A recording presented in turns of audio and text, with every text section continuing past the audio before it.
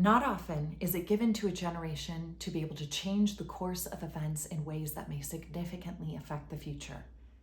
Yet this is at once the privilege and the responsibility of us who live today.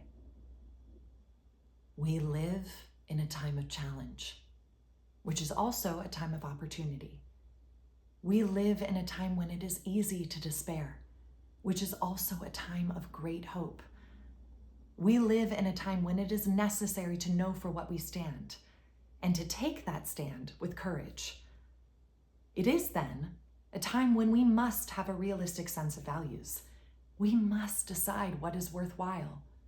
We must be able to separate the trivia of today from the enduring realities of the long tomorrow. A thing of beauty is a joy forever, said the poet Keats. In modern times, that humane and perceptive jurist, Justice William O. Douglas, has said that the right to search out a rare wildflower is just as inalienable as the right of a stockman to search out grass, or a lumberman to claim a tree.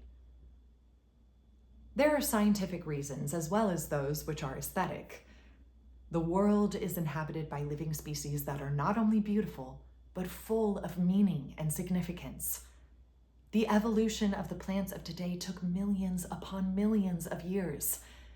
Who are we to assume the right in this 20th century, a mere instant in time? Who are we to say that those who come after us may never see some of today's rare and endangered species? What right do we have to destroy the scientific record contained in that living species? How do we know that we may not have great need of what it has to tell us, or of the function it performs? People who consider themselves practical may sometimes make judgments that are extremely impractical.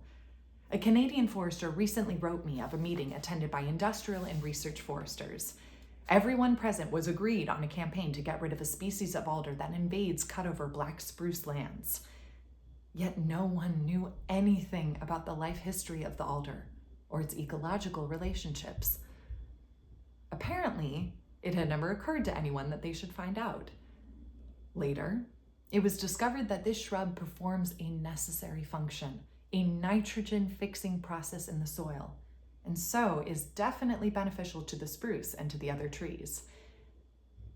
In this rather tough and materialistic world, then, how much room is there for concern about our wildflowers, about all of nature?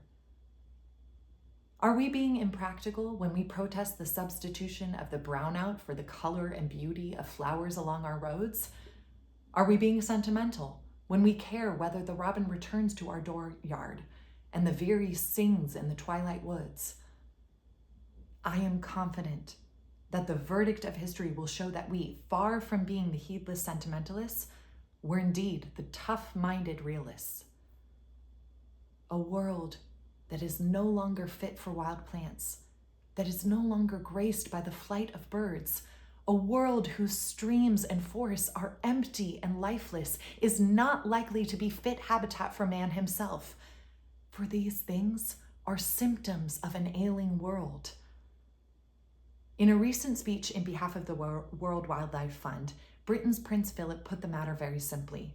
Miners, he reminded his hearers, used canaries to warn them of deadly gases. It mightn't be a bad idea if we took the same warning from the dead birds in our countryside. So today, as thousands of hapless wild creatures serve as canaries in the minds of our heedless technologies, we have graphic reminders that all is not well in the environment of man.